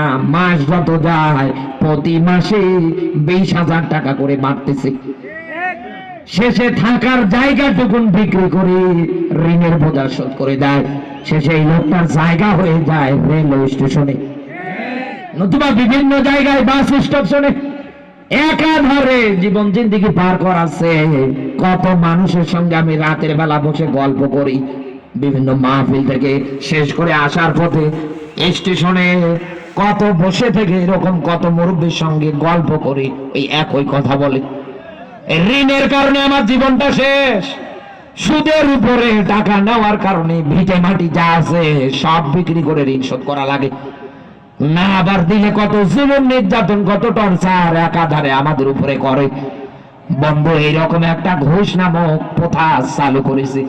ছেলেটাকে ডাক দিয়ে বলছে, তোমার এই জায়গার মধ্যে আসা অবধি পর্যন্ত কারো সাথে কি কোনো যোগাযোগ করে এসেছো? বলে না। এবার এই ভাই বাবুটা যারা আছে এনারা এক একজনকে বলছে, বেটা 1 টাকাও দেবে না, খামাখা চাকরি দেবো, এর যোগ্যতা আছে বসার। এরপরে ওই জায়গার মধ্যে বসতে দিল না। কানের কাছে মুখ নিয়ে ডাক দিয়ে বলছে, বাবা আমাদের এই জায়গায় চাকরি করতে গেলে 35 লাখ টাকা আল্লাহর রাস্তায় দেওয়া লাগবে। ওর বাবা চালায় রিক্সা, মা একজনের বাড়িতে কাজের বুয়া, 35 লাখ কেন, ওই 1 লাখ টাকাও তো দেওয়ার সামর্থ্য রাখতে পারবে না।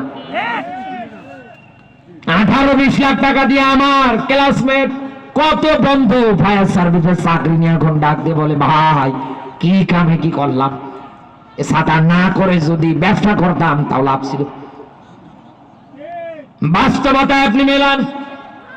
এই জন্যই তো পুলিশদের একটা ডান আর বাম, লেফট হ্যান্ড সাইড অ্যাসেম্বলি যেটাকে বলে, দেখেছিলাম ইন্টারনেটে কমেন্ট দিচ্ছেন, একজন ডানে ঘোরো, বেটারা ডানও চেনে না, বায়ে ঘুরে বসে আছে। যখন বলছে বায়ে ঘোরো তখন ডানে ঘোরে। সোশ্যাল মিডিয়া বের করে দেখেন, আপনি পাবেন। বাংলাদেশে এই ঘুষ নামক ব্যবস্থা চালু করার কারণে হাজার হাজার মানুষের উপরে জুলুম হয়। কারণ যার যেখানে অধিকার বসা, ওই জায়গা যদি বসতে না পারে, ওই লোকটার উপরে নির্যাতন করা হচ্ছে। যে লোকটা কর্জে হাসানোর জন্য যায়, আপনি সুদ তার হাতে ধরিয়ে দেন, এই মানুষটাও তো নির্যাতিত হচ্ছে। এই দেশে টুপিওয়ালা চায় নতুন করে আগামীতে কেউ যেন এইরকম একটা বিধানও কোনো জায়গায় কায়েম করতে না পারে, কারো যেন কোনোভাবে ভিটে মাটি হারাতে না হয়। এই জন্যই তো তারা মাঠে ময়দানে আল্লাহর কোরআনের বিধানগুলো কায়েম করার জন্য চেষ্টা চালায়। আপনি তো না বুঝে শুধু আন্দাজে লাফান, এক কথা বলে না কেন?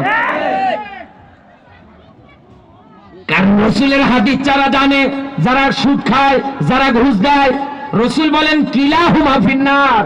যারা লেখে, যারা সাক্ষী থাকে, এই 4 প্রকার মানুষের একই জায়গা থাকার, তার নাম জাহান্নাম। আর কত ব্যাখ্যা দেব, এ তো 2টা পয়েন্ট। এরকম আপনি যত ঘাসবেন তত আপনি নতুন নতুন তথ্য পাবেন, এক কথা বলে না কেন?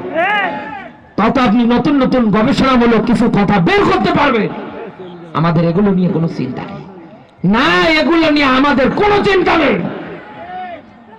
দুনিয়ায় কোনো কাফের, কোনো জালেম, ইসলামের বিরোধী, ঘোর বিরোধী জালেমেরা কোন চেয়ারে বসে যদি কোনো দেশ চালানোর ভূমিকা রাখে, কোন সমাজে ইউনিয়ন পরিষদের চেয়ারম্যানে কোন জালেম যদি বসে, কোরআন হাতে নিয়ে বলছি, কোরআনের ভাষা, আইজ্জাতা হালিহা, সম্মানিত মানুষদের ধরবে আর অপমান করবে, কোন সম্মান রাখবে না।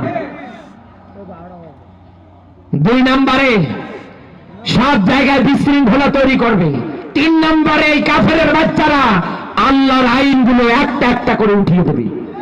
4 নম্বরে নিজেও আল্লাহর আইন মানবে না, অন্য আরেকজনকেও মানতে দেবে না। এই জন্যই তো বাংলাদেশে আপনি তাকান, আল্লাহর সঠিক আইনগুলো বাস্তবায়ন করার জন্যই তো কাফের বেঈমানদের সঙ্গে আপোষ না করে দুনিয়ায় ইসলামের বিধান কায়েমের জন্য তারা মাঠে ময়দানে একাধারে জীবনের রিস্ক নিয়ে ছুটে চলে যাচ্ছে। আর আপনি এটা নিয়ে ট্রোল করেন, আপনি কি মানুষের বাচ্চা? আমার তো মন বলে না যে আপনি কোনো মানুষের বাচ্চা। আমার বন্ধুরা,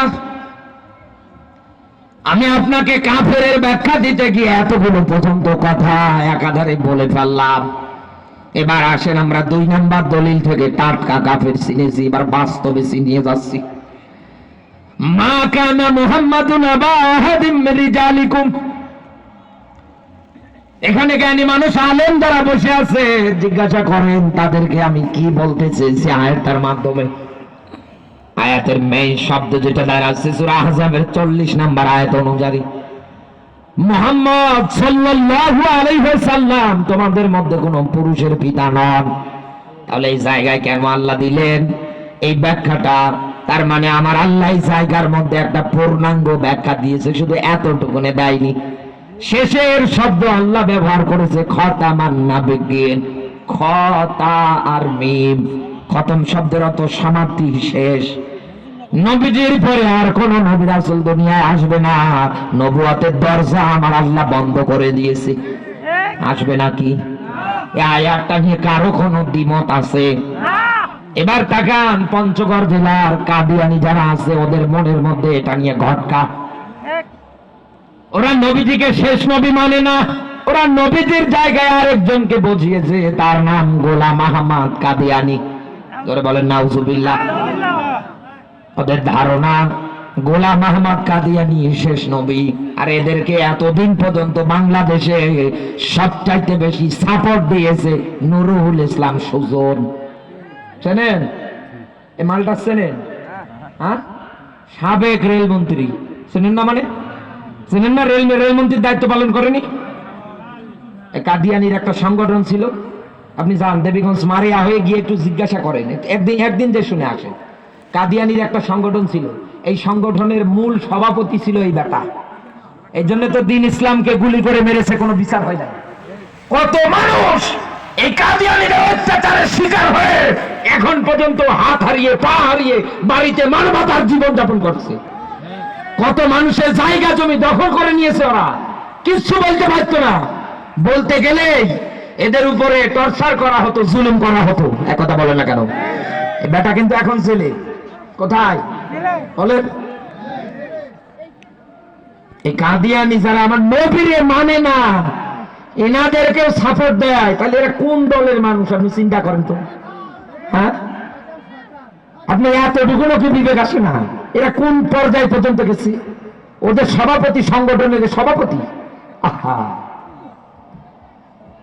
এই জায়গায় আমরা যারা বসে আছি, সে জ্ঞানী হোক আর জ্ঞানী না হোক, কাদিয়ানি সম্পর্কে যদি একবার জিজ্ঞাসা করা হয়, ডাক দিয়ে বলবে কাদিয়ানি কাফের। এটা নিয়ে আমাদের কোনো দ্বিমত নেই। এবার আমি আপনাকে বলছি বন্ধু, এদিকে তাকান। বিসমিল্লাহর বা থেকে সূরা নাসের সিন পর্যন্ত কোরআনে আয়াত সংখ্যা আল্লাহ দিয়েছে 6666টা। মতান্তরে কেউ আবার বলেছে 6236টা আয়াতে কারিমা। আমরা একটাই ধরলাম, 6236টা আয়াতে কারিমার মধ্যে একটা আয়াত কাদিয়ানিরা 3 ভাগ করেন, 2 ভাগ মানে খতামান নাবিয়্যিন, এতটুকুন মানে না। এতটুকুন না মানার কারণে সব মুফাসসির, সব আলেমেরা যদি ফতোয়া দিয়ে বলে ওরা কাফের, ওরা কাফের।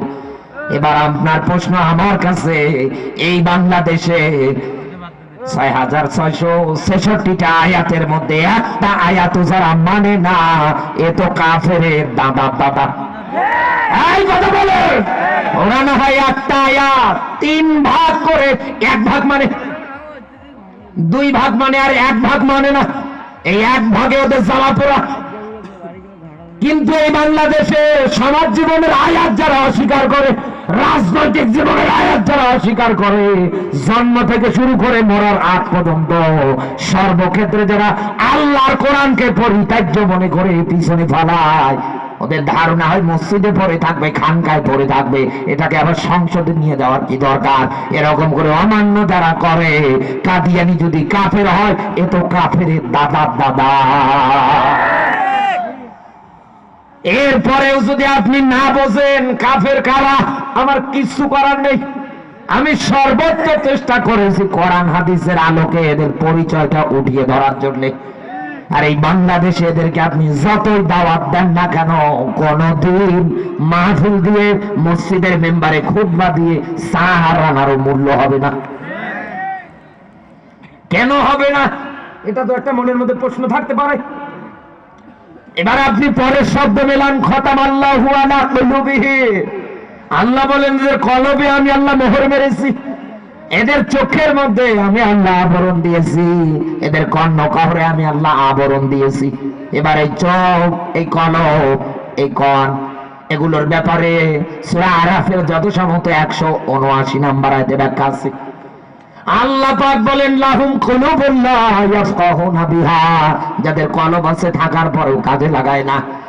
এই দুনিয়ার ময়দানে চোখ আছে দেখার পরেও যারা কোরআনের বিধানগুলো কায়েমের জন্য ভূমিকা রাখতে পারে না, এই দুনিয়ায় কান দিয়ে শোনার পরেও কোরআনের বিধান যারা কায়েমের জন্য চেষ্টা চালায় না, আল্লাহ পাক বলেন উলাইকা কাল আনআম বাল হুম আদল। আল্লাহ পাক বলেন সার পাওয়ালা জানোয়ারের চাইতেও খারাপ। তাই হেদায়েতটা আপনি দেখবেন কোথায় বলেন? কোন গরু ছাগল তো মাহফিলে এসে বলে না ও হুজুর হাম্বা আমি ওয়াজ শুনবো, বলে যারা থাকে সত্য মানুষ।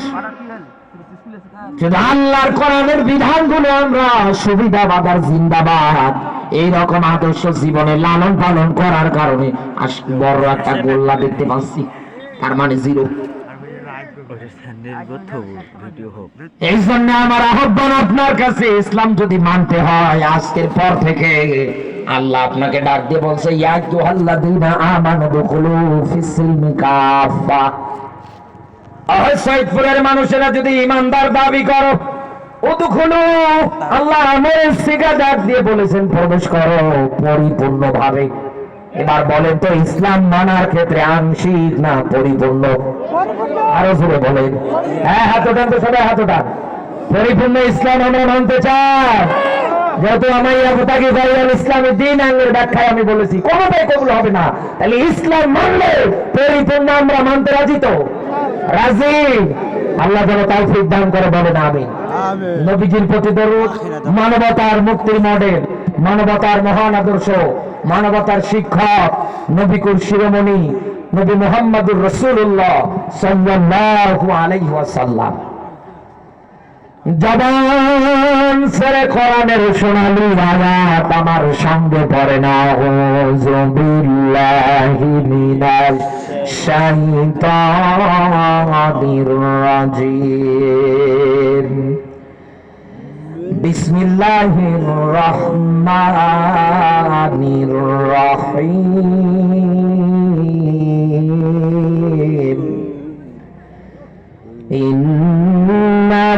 ইন্নাল্লাযীনা ক্বালু রাব্বুনাল্লাহ,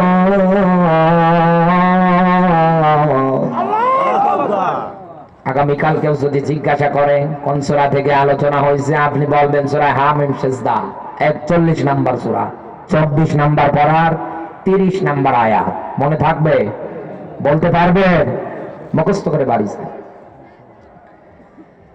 আল্লাহ পাক বলেন ইন্না, নিশ্চয়, আল্লাযী, অতঃপর যারা, ক্বালু, বলবে, রাব্বুনাল্লাহ, আমাদের রবকে সবাই বলা লাগবে।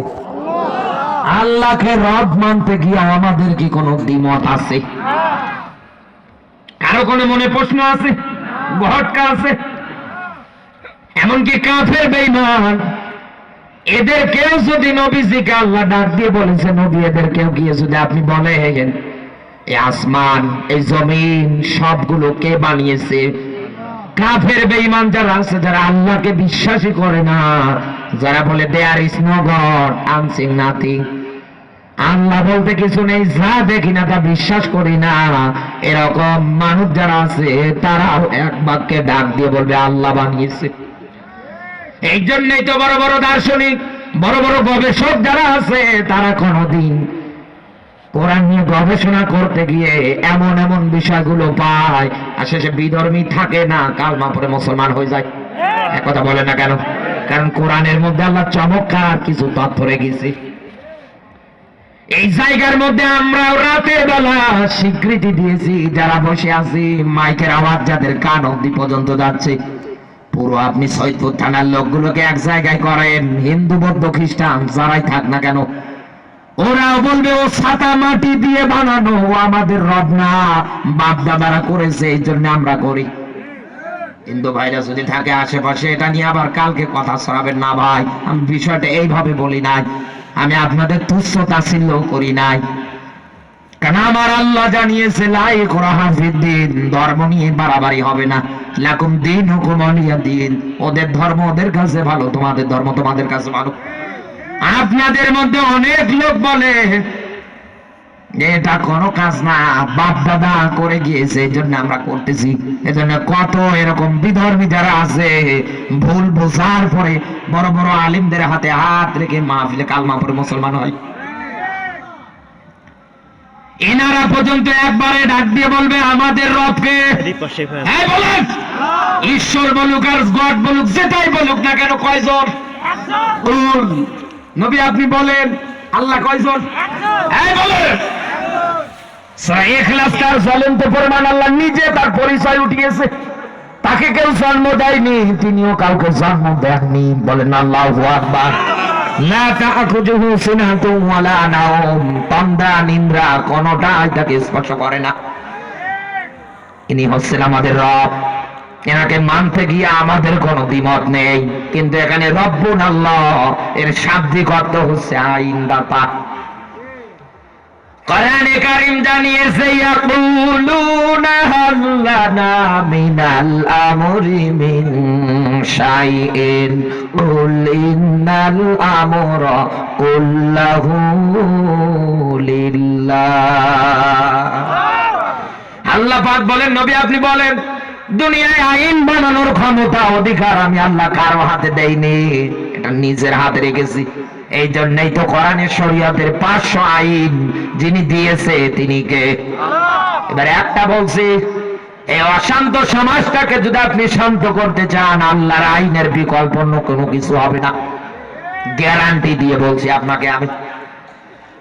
এই বাংলাদেশের শয়তান পালানোর পরে রাস্তার মোড়ে মোড়ে চুরি ডাকাতি ছিনতাই রাহাজানি সাদাবাজি বেড়ে গিয়েছে। আগে ওরা করতো, এখন বাংলাদেশে কত মানুষ আদর্শ সন্তান পরিচয় দিয়ে ডাকাতি করে। এই কথা বলে নিজের জীবনের বাস্তব একটা অভিজ্ঞতা শেয়ার করছি। এই যে যাবেন আপনি জয়পুরহাট জেলার কালাই নামে একটা থানা আছে, কালাই আবার সিবিএ খায়, কালাই নামে থানা আছে। কালাই বলি না, সিম কালাই, মাস কালাই, এই কালাই নামে একটা থানা আছে জয়পুরহাটে। একেবারে মোলাম গাড়ি হয়ে আপনি একেবারে দুপচাচিয়া বগুড়ায় উঠতে পারবেন। মাহফিল শেষ করে সদরে করার পর পরে 12:30টার পরে বিদায় আদায় নিয়ে যাবো সেই মাগুরা আঁকা বাঁকা রাস্তা। যাওয়ার পরে তাকিয়ে দেখছি 4 জন মানুষ বড় বড় বাস নিয়ে দাঁড়িয়ে আছে। বিশ্বাস না করেন, আমার ড্রাইভার আছে গাড়িতে, গিয়ে জিজ্ঞাসা করবেন। বাস উঠিয়েছে 3 জন। মনে মনে ভাবছি বসে থেকে গাড়িতে যদি মেরে দেয় গিলাস ভেঙে তো যাবে, আমার নাক মুখ ফাইতে যাবে। হাত দিয়ে ইশারা করলাম ভাই দাঁড়ান, টাকা পয়সা যা আছে নিলেও নেন, তো আমার গাড়ি ভাঙিয়ে না। উনি আমার হাতে ইশারা পাওয়ার পরে থেমে গিয়েছে, ডাক দিয়ে বলছে ভাই এত রাতে আপনি কোথা থেকে আসলেন? কোথা থেকে আসলাম মানে? আমি তো হুজুর আলমগীর হোসেন বিপ্লবী আমার নাম, মাহফিল ছিল সদরে করে, আমি যাবো মাগুরা। বলছে ভাই এলাকায় ডাকাতি হচ্ছে, এই জন্য আমরা গাড়ি আটকিয়েছি। যে কায়দায় বাঁশ উঠিয়েছেন আমার জানে পানি নেই। এমনি তো আটকিয়ে বলতে পারেন, কিন্তু বাঁশ ওঠান কেন? ডাক দিয়ে বলে ভাই আপনি জানেন না এরকম প্রাইভেট কার আর এরকম পিকআপে করে আমাদের এলাকা থেকে গরু তো চুরি করেছে 3টা মেয়েকে ধর্ষণ পর্যন্ত করেছে এরা। ধরতে পারি নাই আমরা। ওই ঘটনার পর থেকে রাতের বেলা আমরা কেউ ঘুমাই না, সবাই জেগে থাকি। কারণ আমি পাশেই ওদের মাহফিল করেছিলাম অক্টোবর মাসে। মাথায় টুপি দেওয়ার পরে আরো ভালোভাবে চিনেছে। ডাক দিয়ে বলে ভাই সামনে এগোলে আপনি আরো 5 জায়গায় পাবেন এরকম শেখ। যত এগিয়ে যাচ্ছি তাকিয়ে দেখছি আল্লাহ গাছ কেটে ফালিয়েছে, চতুর্দিকে মরুভূমি, আর ওরা গাছ রেখেছে, জানে পানি নেই। এখন এরা ওই দলের লোক কিনা আমরা বুঝবো কেমন করে? অপরিচিত জায়গা। দেখার পরে ডাক দিয়ে বলছে, হুজুর কোনো ভয় নেই, আমরা গাছ সরিয়ে দিয়েছি, আপনি চলে যান। এরকম 5 জায়গায় আমাদেরকে আটকে আটকে জিজ্ঞাসা করেছে। এই বাংলাদেশে আপনি এরকম চোর ডাকাতি যদি বন্ধ করতে যান, আল্লাহর নাম যেহেতু আমরা সবাই একাধারে জবানে অন্তরে লালন পালন করি, তিনি আমার রব। সুবহানাল্লাহ বলতে পারেন? রব মানে যে আইন, তিনি যে আইন বানিয়েছে, মানুষের হাতে যে আইন বানানোর কোনো ক্ষমতা, কোনো অধিকার তিনি দেয় নাই। কারণ আল্লাহ ভালো করে জানে, মানুষের হাতে যদি আইন বানানোর অধিকার ক্ষমতা দিতাম, ও দলীয় স্বার্থে, নিজের ব্যক্তি স্বার্থে দেখে দেখে আইন বানাতো। এই জন্য আইন কারো হাতে আল্লাহ বানানো দেয় নাই। কোরআনে আল্লাহ এই মানুষদের ব্যাপারে অ্যান্টিবায়োটিক রেখেছে। সূরা মাইদার 38 নম্বর আয়াত, ফাকাতাউ আইদিয়াহুমা। সূরা মহিলা হোক পুরুষ হোক যেই হোক না কেন, চুরি করতে গিয়ে সাক্ষ্য প্রমাণের ভিত্তিতে যদি ধরা পড়ে, ওরা হাত কেটে দেওয়া লাগবে। এই বাংলাদেশে একটা চোরের বিচার আপনি হাত কেটে করেন, মিডিয়া দিয়ে ভিডিও করে ইন্টারনেটে, সোশ্যাল গণমিডিয়া গুলোতে প্রকাশ করে দেন। ডাক্তার ইউনূস সহকারে যত সমন্বয়ক আছে সবাই সংসদে আইনটা পাশ করে দেন, বাংলাদেশে চোর ধরা পড়ার পরে হাত কাটার বিধান কোরআনের আইন দিয়ে কার্যকর করা হলো আজকের থেকে। আপনি বাংলাদেশে মূল চোর, আলু চোর, বেগুন চোর, এমনকি কালভার্ট ব্রিজ, রাস্তা চোর একটাও খুঁজে পাবেন না। তাকান সৌদি আরবে 70% ইসলাম চলে, বাকি 30% চলে না। একথা বলে না, চলে চলে। লক্ষ টাকার জিনিস পরে থাকে, তাও কেউ নেয় না। আর আমার দেশে একটা সেরা 5 টাকা ফাটিয়ে রাখলে 5 মিনিট পরে গিয়ে পাবেন না। কত লোকে দাবি করবে টাকাটা আমার, আপনি টাকার মালিক, শেষে আপনাকেই মনে হবে আমি এতিম, ভিক্ষা করতে এসেছি। এই দেশে দিন দিন পরকীয়ায় মায়েরা যুক্ত হচ্ছে। পরকীয়া প্রেমের গোষ্ঠী যদি সাফ করতে চান, কোরআনের অ্যান্টিবায়োটিক মিয়াতা ডালদা 100 করে ভেতরে হাত মারে। এক কথা বলেন না কেন? অনেক মানুষ কফি হাউস বানিয়েছে, পার্ক বানিয়ে লক্ষ লক্ষ টাকা ইনকাম করে, সব তো হালাল। ওখানে কত হারাম কাজ হয়, কত আজে বাজে কাজ হয়। বড় বড় রেস্টুরেন্ট গুলোতে আবার পর্দা দিয়েছে।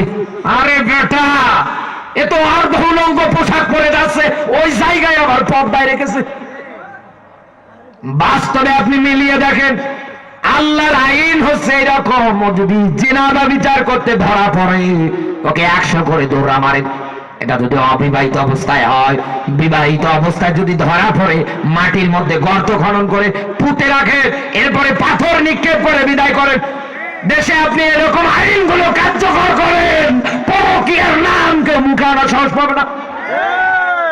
আপনি এইগুলো না করে একাধারে সব জায়গায় বলেন আমি শান্তি প্রতিষ্ঠা করব, শান্তি প্রতিষ্ঠা করব, আর এইগুলো কায়েমের জন্য একাধারে যারা খেতে যাচ্ছে তাদের নামে আপনি উল্টা পাল্টা যোগ করেন, আপনি তাদের নিয়ে সমালোচনা করেন। আপনি যাচ্ছেন কোন দিকে, সমাজটাকে নিয়ে যাচ্ছেন কোন দিকে বলেন তো? রব বলার ক্ষেত্রে তো ভালোই বলেন, এক কথা বলেন না কেন? ভালোই তো আপনার জবান দিয়ে কথা বের হয়। এখানে আমার আল্লাহ দুনিয়াটা চালানোর জন্য যা ব্যাখ্যা নোট করেছে সব কোরআনে। এবার আমি আপনাকে ছোট্ট একটা আয়াত বলছি, কান খাড়া করেন। যারা আল্লাহর আয়াত, আল্লাহর আইনগুলো মানার ক্ষেত্রে, কার্যকর করার ক্ষেত্রে রাগ দেখান, মন খারাপ করেন, যেগুলো মোল্লা মৌলবীদের গলাবাজি বক্তব্য, পারলে আয়াতটা উল্টিয়ে দেখেন কেমন বাপরে বাটা। আল্লাহ পাক বলেন, ইন্নাহু লাযিকরুন লাকা ওয়া লিকাওমিকা ওয়া সাওফা তুসআলুন।